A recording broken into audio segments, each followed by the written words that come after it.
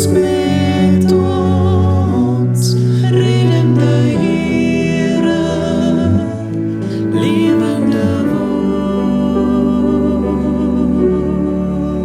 Goeiemôre, ek groet jou in die naam van die drie-enige God.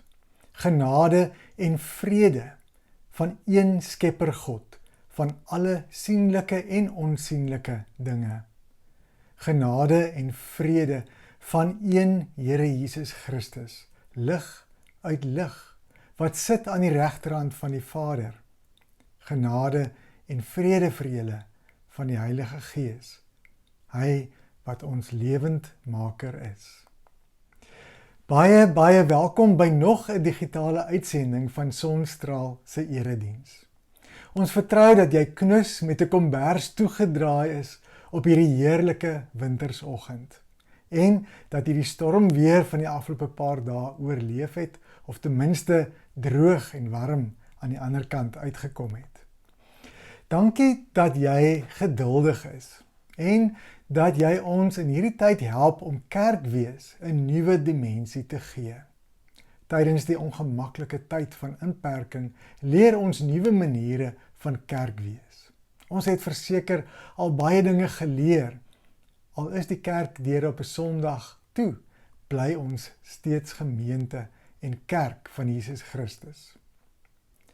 'n Besondere dank aan elkeen wat bydra tot ons noodfonds, ons kospakkie projek, ons klere en sop projek. Slegs die kontant wat ons tot dusver ingevorder het, raak al so aan die 100.000 rand. Dit sê baie van Sonstraal gemeente se verstaan van God en van ons roeping. Die seisoen van die kerkjaar waarin ons tans is, staan bekend as Koninkrykstyd. Vir hierdie seisoen is ons gemeente se tema Leef Liefde. Dis 'n seisoen waarin ons intentioneel is rondom die beliggaaming van God se liefde in ons daaglikse lewens. Mag hierdie erediens vandag ook vir jou die geleentheid bied om opnuut die liefde van God te ervaar en die God van die liefde te ontmoet. Mag jy beleef dat God op sy besondere mystieke manier by jou is. Al lyk die wêreld daar buite, maar deur mekaar. Mag jy ook iets beleef van die manier waarop die Here na jou kyk, as sy geliefde kind, oor wie hy 'n welbehae het. Kom ons wees vir 'n paar oomblikke stil.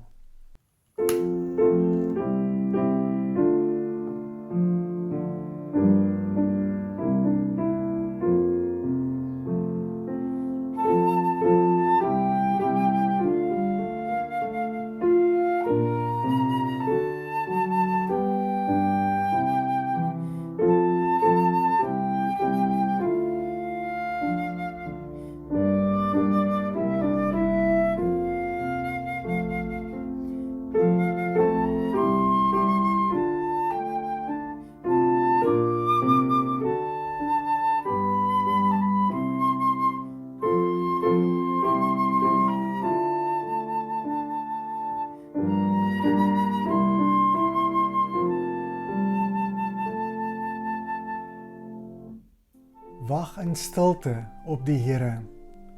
Die Here is naby. Net by God vind ek rus. Van hom kom my redding.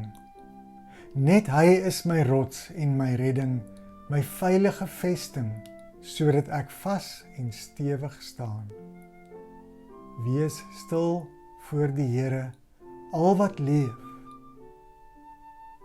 Net by God vind ek rus, want op hom vertrou ek. Amen.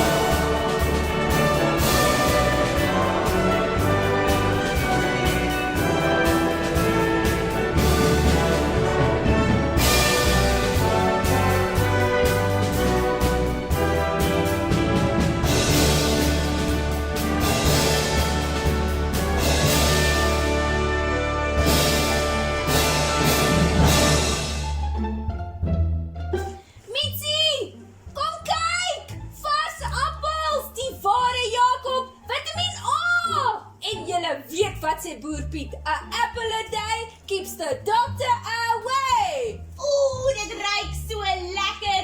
Ek wil ook proe. My tand!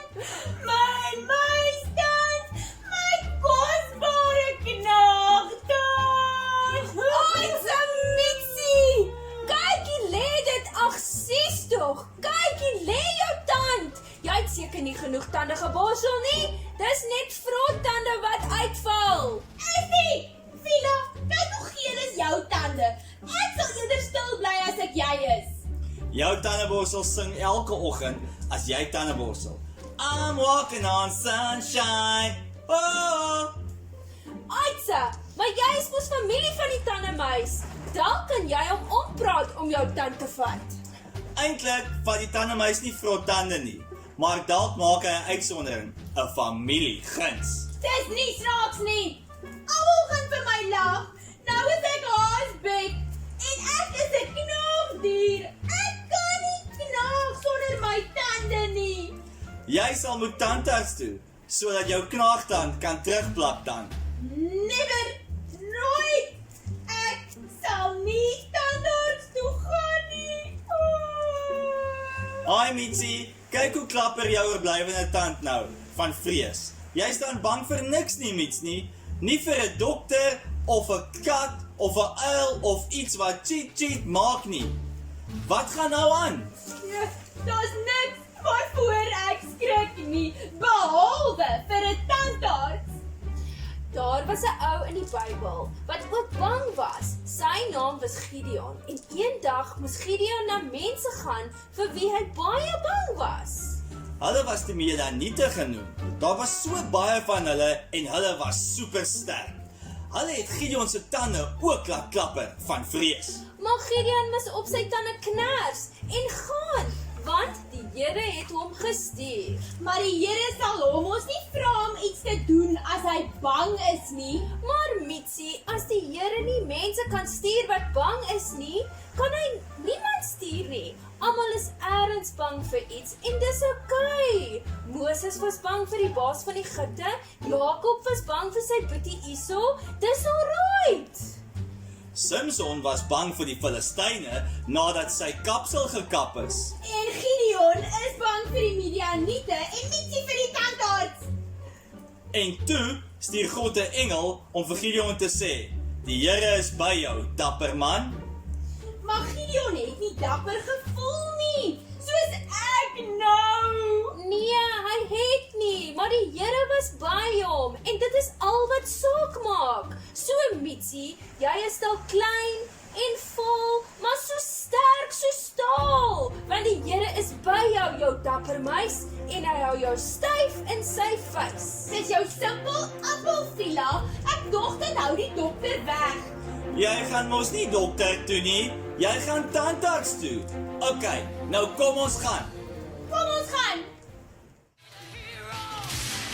I'm holding out for a hero till the end of the night. He's gotta be strong and he's gotta be fast and he's gotta be fresh from the fight. I need a hero. I'm holding out for a hero till the morning light. As hy ouens, dis alles verby. Kyk, ek het dit gemaak. Yay! Dit was toe net my melktand wat ek gewissel het. My melktand is soos my baba tand, my banktand. Nou kry ek 'n nuwe dapper tand. Ooh, nou gaan jy nog geld ook maak uit hierdie deel uit. Baie geld. Geld om 'n nuwe tandeborsel te koop. Nyam, nyam, nyam, nyam, nyam.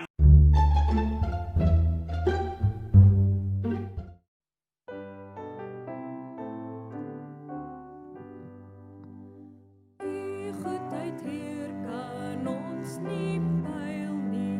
Wie word daardeur nie diep getref? Niks anders bring vir ons die heil nie. Ons wil ons hart tot U verhef.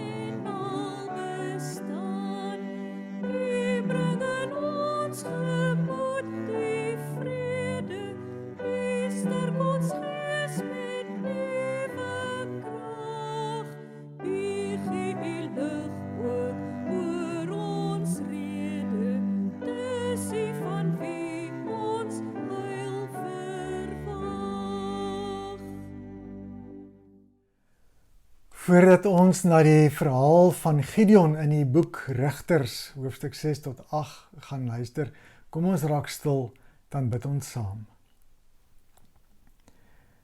Here, baie dankie vir hierdie nuwe dag wat U vir ons gegee het. Dankie Here dat die son weer opgekom het en dat die donker nag met die strale van U nuwe daglig deurbreek is. Dankie dat ons daar in die hoop van U opstanding kan raak sien. Dat U ons so getrou herinner aan U lewe wat die dood oorwin. Here, dankie vir die reën en vir die sorg wat ons van U ontvang. Dankie dat U die aarde voed en dat U nog 'n seisoen voorberei om te kan vrug lewer, om te kan oes te lewer, sodat ons daarvan kan lewe. Here, ons is so bewus van mense wat in hierdie tyd van reën en koue swaar kry, hawelose mense. Ons harte gaan uit na hulle, Here. En ons bid, Here, dat U ook vir ons as gemeente sal gebruik, soos wat U doen, om daardie mense se lewens makliker en beter te maak. En Here, as ons nou gaan luister na 'n oeroue verhaal, 'n verhaal van oor die 3000 jaar oud, dat U ook in hierdie verhaal ons opnuut kom ontmoet. Dat U iets vir ons kom leer oor wie U is, oor hoe U is, en die manier waarop U ook na ons en ons wêreld kyk. Kom Here, en kom raak ons aan. Kom Here, ontmoet elkeen van ons waar ons is, waar ons gedagtes is, waar ons lewens is, en waarmee ons gemoeid is. Kom Gees van God, kom breek nou die woord, en kom voed ons daarmee. Ons bid dit in U naam alleen. Amen. Die Rigterboek in die Bybel is beslis nie vir die faint-hearted nie. Om die boek van hoek tot kant te lees, het 'n mens behoorlik hare op jou tande nodig. Elke hoofstuk is gevul met wreedaardige bloedvergieting, bedrog, morele verval, afgodsdiens, seksuele misbruik.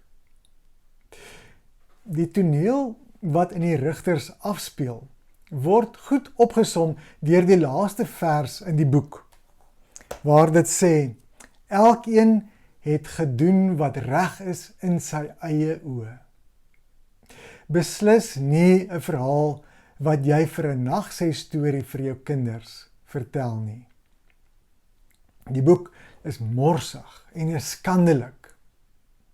Maar juist daarom eintlik 'n goeie weerspieëling van hoe ons mense maar is.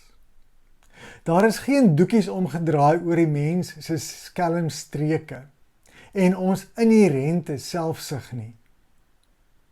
En omdat hierdie boek so eerlik, blaatant eerlik is, asof dit 'n spieël is wat voor ons gehou word, is dit vir ons juis 'n waardevolle geskrif. Want in hierdie storie word ons genooi om ook weer die ingewikkelde verhouding tussen God en die morsige mens te verstaan. Daar in hoofstuk 1 van Rigters begin die verhaal met die dood van Joshua, kort nadat Israel die beloofde land binne getrek het. En dit speel af in die jare 1380 tot 1050 voor Christus. En dit vertel hoe een leier na 'n ander, juist vandaar die naam Rigter, wat verwys na leiers, so stamleiers, leiers wat oor Israel aangestel is, dat hulle 'n totale mislukking daarvan gemaak het, met die eindresultaat van Israel, wat totaal in chaotiese wanorde en sedeloosheid verval het. Daar is 'n ritme te bespeer as 'n mens hierdie verhaal van Rigters lees, en jy tel dit sommer vinnig op as jy deur die verhaal lees. Dit begin telkens by die vertelling van Israel wat aan die Here ontrou geword het. ongehoorsaam geword het aan God se opdragte om hom te dien. En dan gebeur dit meestal dat die volk Israel afgode wat daar in Kanaan was, in die land wat hulle besit het, begin aanbid het. Die Israeliete verval in sonde. En dan word gevolg deur die Here wat hulle daarvoor straf. Dikwels deurdat hy vreemde volke stuur om vir hulle te oorheers en hulle in besit te neem. Die Israeliete kom dan tot inkeer en dan roep hulle die Here om hulp. En dan in die volgende fase stuur die Here 'n leier om hulle te red van die nasies in wie se mag die Here hulle oorgegee het. Vir 'n tydjie gaan dit dan goed, totdat die volk weer aan die Here ontrou word. En so begin die siklus van vooraf. Daarna was daar 40 jaar lank vrede in die land. So eindig hoofstuk 5. En dan begin ons verhaal in hoofstuk 6. Die Israeliete het gedoen wat verkeerd is in die oë van die Here. En 'n nuwe siklus van menslike drama begin. En hy het hulle 7 jaar lank oorgegee in die hande en die mag van die Midianiete. As 'n mens hierdie storie lees, wat in hoofstuk 6 begin, dan wil 'n mens uitroep, wat? Net nie weer nie. Wat is fout met hierdie mense? Dis al die 4de keer wat ons deur dieselfde storie worstel. Dit was eers Otniel en toe Ehud en Barak. 3 soortgelyke stories. Gaan dieselfde siklus hom nou weer voor ons afspeel? Van die volk wat sondig, wat wegdraai van God af en wat vreemde gode aanbid. God wat hulle daarvoor straf. Die Israeliete wat tot inkeer kom en uitroep dat die Here hulle tog tot hulp moet snel. Dat die Here dan 'n leier stuur om hulle te red en dat dit dan weer vir 'n rukkie goed gaan. Hoeveel keer moet dit gebeur voordat die volk hulle les leer? Dit is soos om deur 'n swak fliek te sit. Ek is seker daarvan, julle moes dit al almal gedoen het. En die pyniging te verduur, om dit nie net een keer nie, maar weer en weer en weer te kyk. Daar is bitter min twyfel oor die verskriklike omstandighede waaronder die Israeliete in hierdie tyd gebuk moes gaan. Vir 7 jaar was hulle deur die Midianiete onderdruk. Die Midianiete was 'n oerstam uit die Arabiese wêreld. Interessant as 'n mens daar in Genesis rondblaai, dan kom 'n mens agter of mens lees van Abraham se tweede huwelik, waaruit die seun Midian gebore is. En vandaar dan die Midianitiese volk. En hierdie stam, die Midianiete, was 'n baie sterk nasie gewees. Hulle het veral beheer uitgeoefen oor die handel van daardie tyd. Hulle was nomadies. Hulle het met hulle kamele en met hulle tente deur die woestyn getrek en van plek tot plek hulle kampe gaan opslaan. Die boekrigters sê, hulle was so baie so sprinkane en hulle kamele kon nie getel word nie. So baie was daar. Soos 'n plaag. Dink jy in so sprinkane, né? 'n sprinkaanplaag wat ingaan en 'n land en die landerye verwoes. So sê rigters, soos 'n plaag het die Midianiete die Israeliete se oeste en hulle vee en alles wat hulle gehad het vernietig. Die landerye was kaal gestroop. Daar was geen sig van 'n skaap of 'n bees of 'n donkie nie. Die aanslag was so skrikwekkend dat die Israeliete hulle toevlug geneem het tot die berge waar hulle in grotte en sê die teks ontoeganklike plekke geneem het om daar te gaan bly. Dit was God se straf op Israel se ongehoorsaamheid aan sy verbond.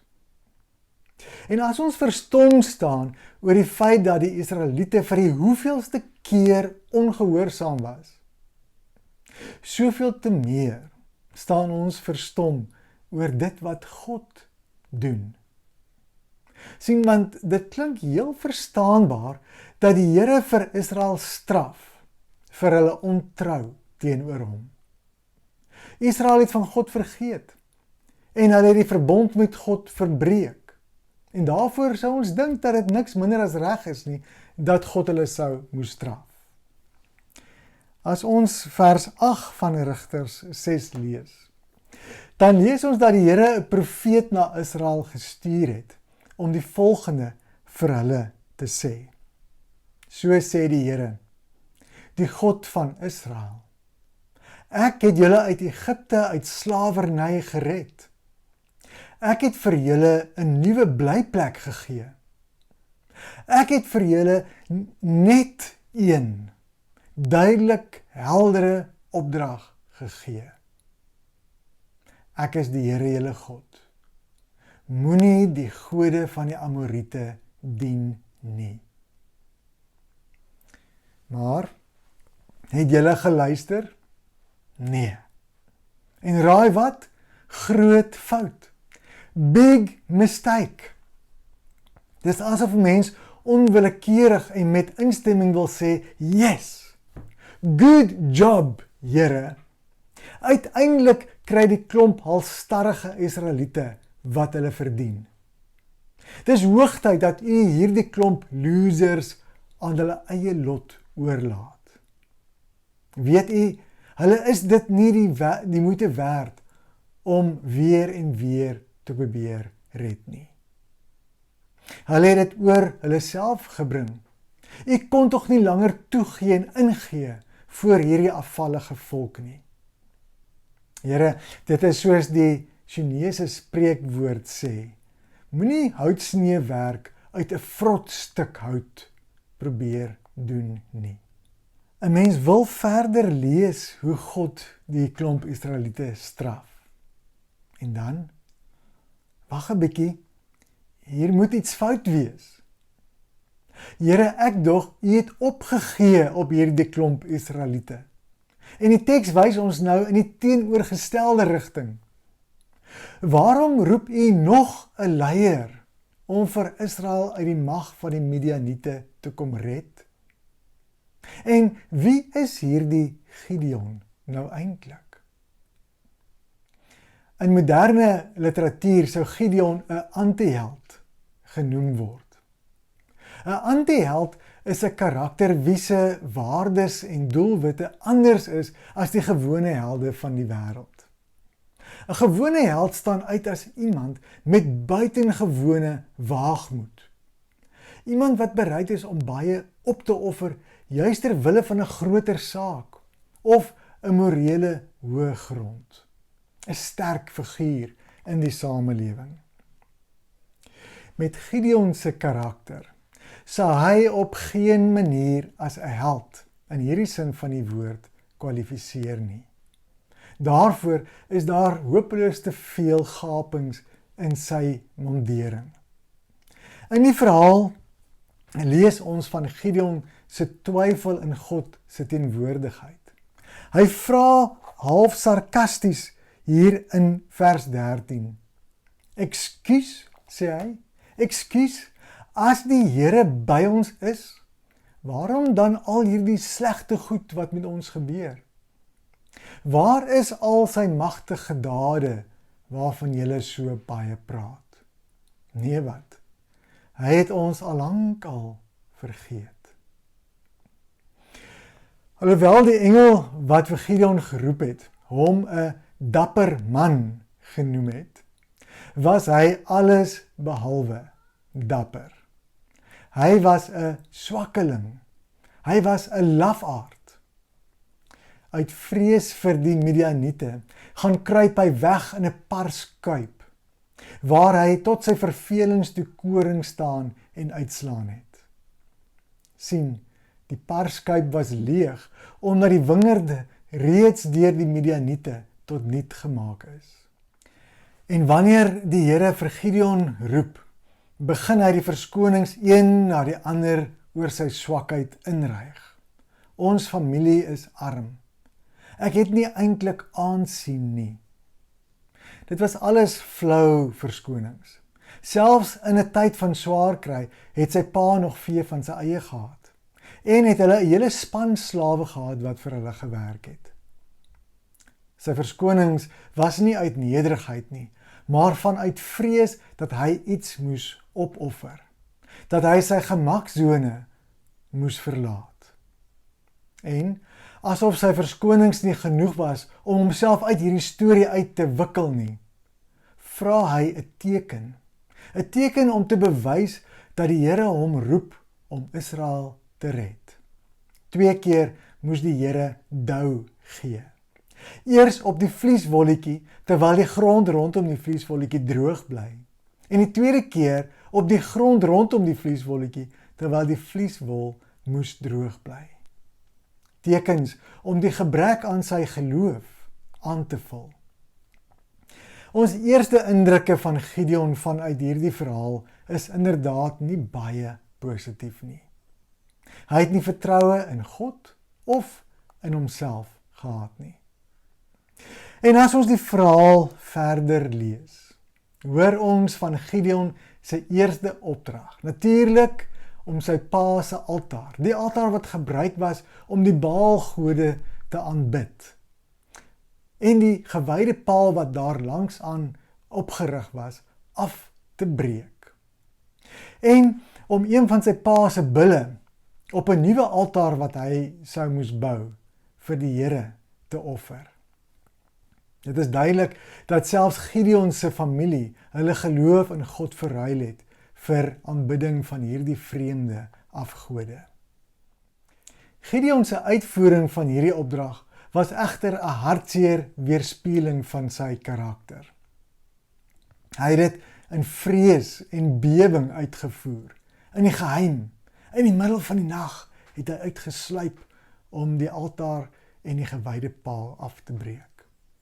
En toe die mense van die dorp die volgende oggend opstaan en agterkom wat in die nag op so 'n lafaardagtige manier plaasgevind het, het hulle aangedring om vir Gideon dood te maak.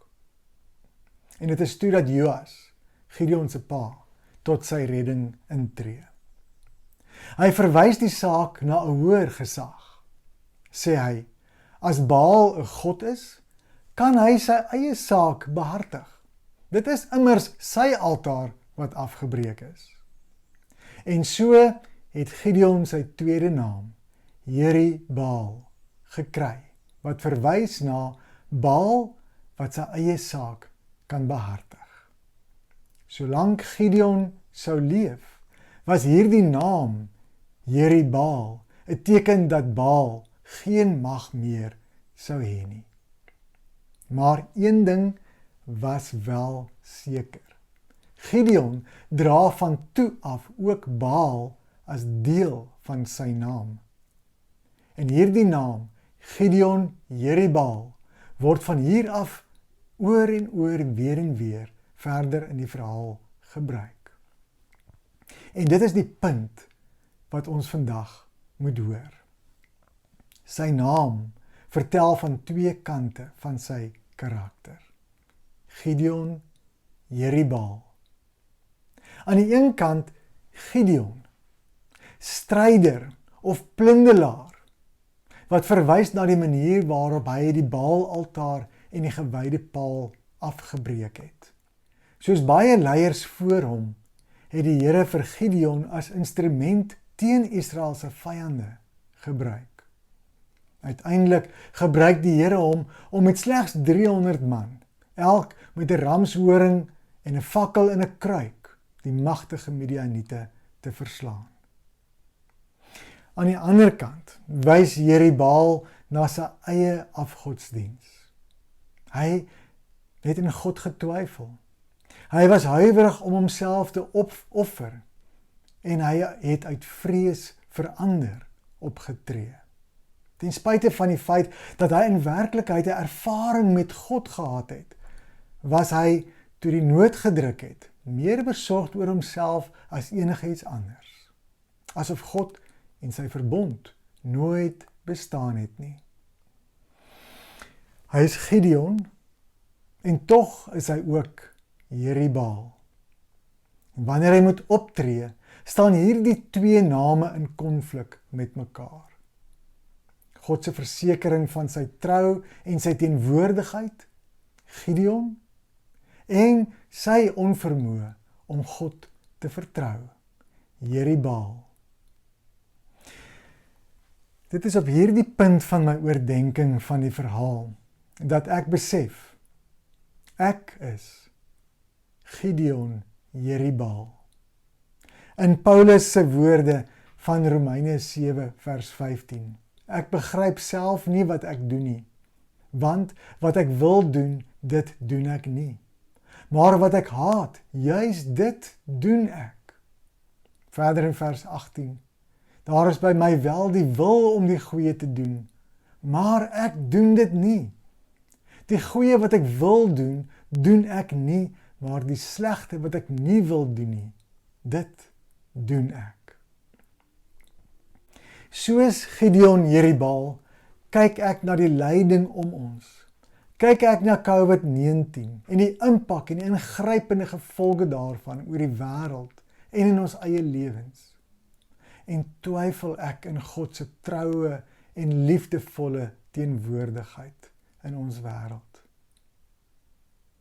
Soos die Here vir Gideon sê, sê hy ook vir my, toe, ek stuur jou. Soos Gideon Jeribaal, het ek ook baie verskonings, veel flouer, waarskynlik is die van Gideon. Ek is nie gereed nie, Here. Ek is nie goed genoeg nie. Ek het nie die regte gawes nie. Ek het nie geld nie. Terwyl die Here vir my, soos vir Gideon Jeribaal sê, ek is by jou. Oor en oor vir my sê, ek is by jou. Moenie bang wees nie. Gaan met die krag wat jy het. Wil die Here vir my net so hard en duidelik as vir Gideon sê, dit gaan nie oor jou nie. Dit is ek, die Here, die verbondsgod. Dit is my besluit. Dit is ek wat optree. Die een wat nie vir jou of vir sy weerbarstige volk kan of wil los nie. Die een wat tot redding verskyn van elkeen wat in nood is. En soos Gideon Jeribaal, soek ek ook angstig vir tekens. En al weet ek dat ek moet gaan, is ek bang. Want wat gaan ander van my dink? Hoe gaan hulle my behandel? Wat gaan hulle oor my sê? Kan ek nie maar in die donker, kan ek nie maar in die geheim doen wat ek moet doen nie? Ek is Gideon Jeribaal. Maar dit is erger as dit. Gideon Jeribaal is nie net 'n enkele karakter in 'n verhaal nie. Hy verteenwoordig ook die algemene afvalligheid van Israel as geheel. Hoeveel keer het Israel nie nog gekans en nog gekans gekry nie? Wat hulle maar net elke keer weer verbeur het met hulle ongehoorsaamheid. En dan moet ek vra, is ek enigsins beter as hulle? Nee, beslis nie. Hoeveel keer moes ek al my les leer, net om weer en weer dieselfde fout oor en oor te maak? Hoeveel keer vind ek my sekuriteit in die gemak van die gode van geld en aansien en sukses? Hoeveel keer flankeer ek met vreemde ideologieë van consumerisme, die sogenaamde verbruikersmentaliteit, kapitalisme, individualisme? Ek is Gideon Jeribaal.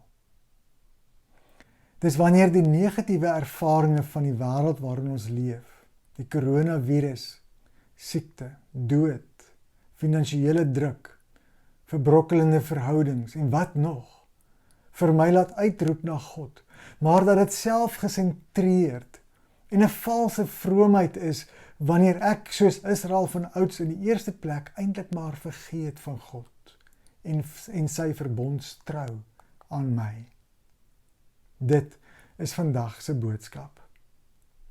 Ek is Gideon Jerubbaal, maar God is God. Ek is maar wankelrig in my geloof en heeltemal onbekwaam vir my taak. Maar God is God. En hy is by my en hy gee vir my krag. Dit maak geen sin nie, maar God doen nie met die vrot hout wat dit verdien nie. Dit is die waarheid wat ons in die verhaal van Rigters sien en hoor. God is genadig, sy trou staan vas. God red, selfs al is ons uitroep maar halfhartig. God gebruik mense, al is die materiaal waarmee hy moet werk, maar halfgebak. Ek is Gideon Jerubbaal, maar God is God. In sy genade onthou hy sy verbondstrou aan sy kinders. Ons geloof is swak. Ons roep uit, ek glo, help my tog in my ongeloof. Tog sien die Here die bietjie wat ons het en vermenigvuldig dit in sy groot genade tot sy eer. In sy groot genade kom die Here na ons in 'n menslike vlees om te wys, hy is inderdaad by ons. Soos met die engele van ouds het hy homself in Jesus Christus aan ons kom bekendstel. Daarom mag ons vashou aan sy oeverlose genade en sy rotsvaste trou. Ek is Gideon Jerubbaal, maar dank die Here, God is God. Amen. Kom ons maak die oë toe, dan bid ons saam. Ja Here, ons wil ook vandag sê, ons is Gideon Jerubbaal, maar dank die Here, God is God. Dankie dat U getrou is aan U verbondsbeloftes, ten spyte van ons ontrou, ten spyte van ons ongeloof, ten spyte, Here, van ons swakheid. Dankie, Here, dat U vir Gideon, 'n swakkeling, 'n lafaard, kon gebruik om magtige dade te verrig. Omdat U trou is, omdat dit U werk in die wêreld is, wat U deur hom gedoen het. Kom wys ons, Here, ook wat U werk vir ons in hierdie wêreld is. En hoe U vir elkeen van ons wil gebruik in hierdie wêreld, om groot dade te verrig in en deur ons swakheid. Ja, Here, soos Paulus sê ons, die slegte wat ek nie wil doen nie, dit doen ek. En die goeie wat ek moet doen, dit doen ek nie. Leer ons, Here, om in die lig van U groot genade en U liefde wat U oor ons uitspreek, om daaruit die goeie te doen wat U van ons vra. Ons bid vir elkeen wat in hierdie tyd swaar kry, vir elkeen wat geliefdes aan die dood afstaan, vir mense wat siek is weens die coronavirus. Here, ons bid vir mense wat finansiëel gebuk gaan onder die invloed van die virus.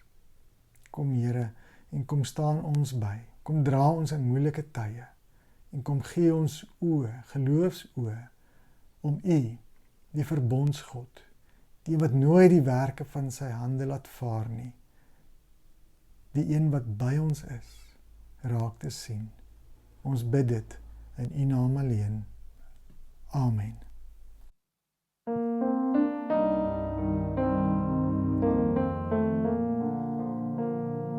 Ek weet verseker, Jesus is hier. Hy het my sonde uit liefde vergeef. Ek was verlore, maar is gevind. Nou het ek vrede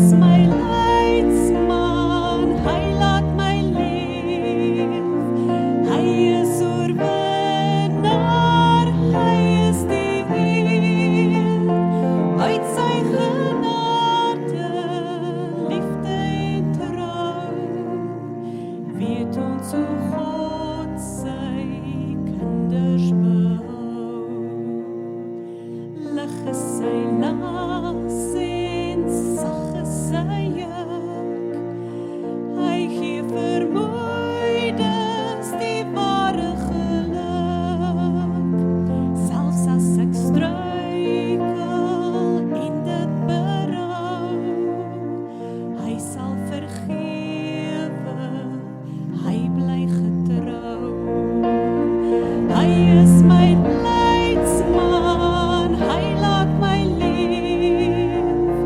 Hy is oorwinnaar, hy is die Heer.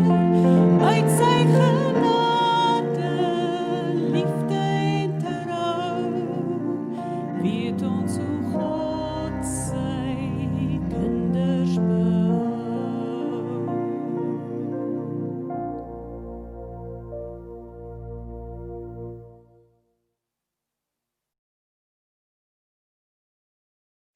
By Sonstraal Gemeente is almal welkom. Hier leer ons saam om soos Christus te leef. Na hierdie lang grendeltyd is ons baie opgewonde om iets op ons kerkkalender te plaas. Hou Vrydag die 31ste Julie oop. Ons gaan 'n inry at Sonstraal hê. Kyk die lekker spyskaart wat ons het. Ons sal volgende week vir jou meer inligting gee oor hoe om jou bestelling te plaas. Vir nou vra ons eers hulp met produkte en kontantdonasies is ook welkom. Terwyl die winter se koue en reën behoorlik toeslaan, is daar mense wat jou en my hulp nodig het. Ons het by Sonstraal 'n hele paar projekte waar jy betrokke kan raak. Op Maandag kan jy kospakkies, klere en skoene en komberse kom afgee tussen 8 en 8:30. Ons vra dat jy op die oomblik nie ander goedjies aflewer nie, ons fokus nou eers op die klere en die skoene en die kospakkies. En op Vrydagoggende kan jy gevriesde sop tussen 8 en 8:30 kom afgee. Het jy al die vraelys voltooi oor die pad vorentoe vir Kerkfees by Sonstraal? Indien nie, nooi ons jou graag uit om dit te voltooi. Die vraelys sluit op Donderdag 16 Julie om 12:00. Die skakel vir die vraelys is beskikbaar in die kontak op ons Facebookblad as ook op die Sonstraal webblad. Ons hoor graag van jou. Ons Ignite erediens skop weer Sondag aand af. Skakel gerus om 6:00 die aand by ons in. Dankoffers kan gedoen word deur EFT of deur SnapScan. Onthou, die SnapScan kode is op die voorblad van die kerkkalender as ook op die webblad vir diegene wat van hulle fone af werk. Ons herinner jou dat ons predikante net 'n oproep weg is. Moenie huiwer om ons te kontak nie.